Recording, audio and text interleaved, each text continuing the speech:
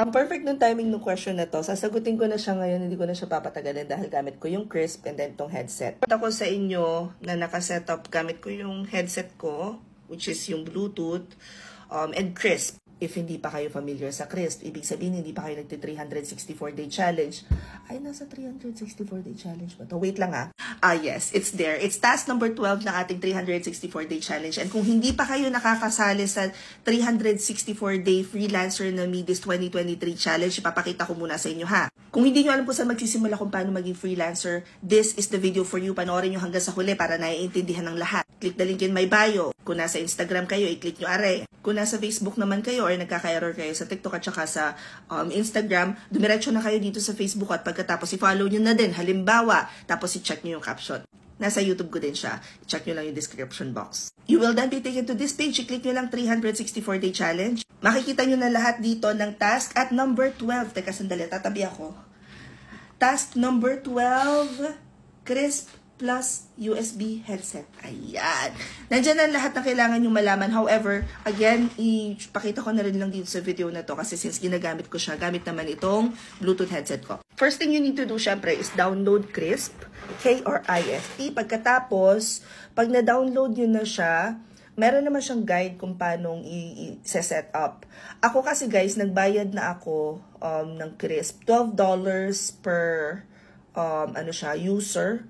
Pero, good for two, good for two equipments na siya. Which means, pwedeng shared ako at saka si Papski.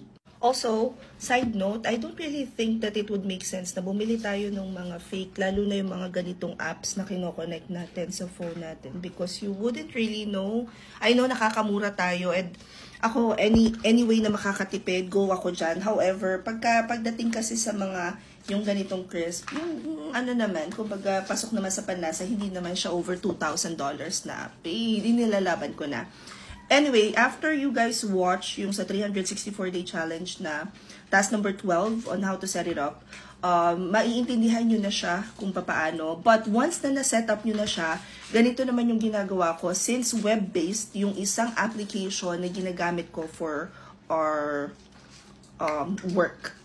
Or halimbawa, may client kayo, tapos web-based yung ginagamit nila na pantawag, ganito naman yung pagsisetup niya. First things first, you will know kung working yung inyong, crisp, kung ganyan siya. Makikita nyo, pag nagsasalita ako ngayon, nataas siya. Tapos,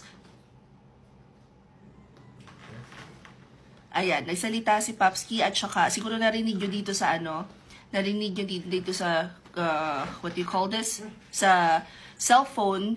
Pero, kita nyo, hindi nataas yung mic kahit may nag-iingay sa likod. Pag hindi ako nagsasalita, tumatahimik talaga ako kasi maingay sa likod ko, nabatok yung mga aso. Anyway, ayan, as you can see, it's being used by 599. The way na sinetup ko siya is ganito. Step 1, you have to go to pack settings.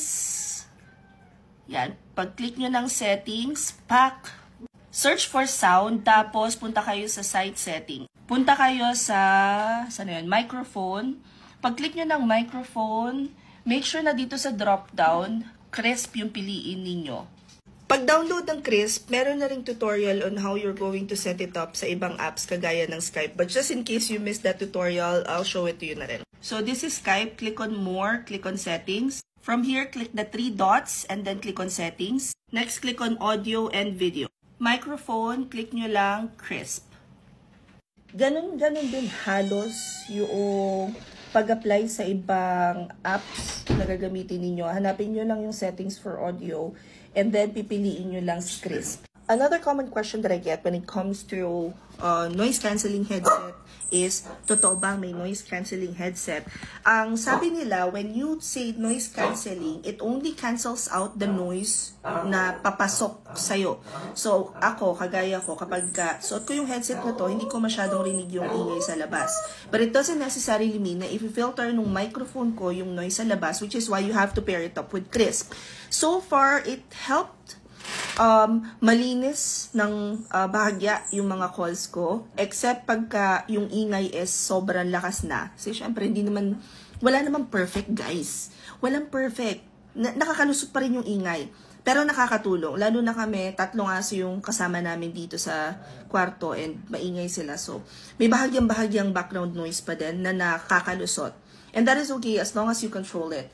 One other thing that I noticed sa Crisp is that alas 5 talaga, sakto.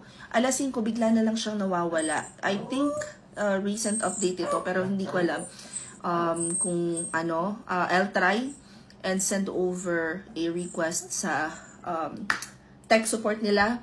Sana maalala kong mag-send. Anyway, if you guys have any questions about working from home, comment them here and follow for more work from home chismis. Bye!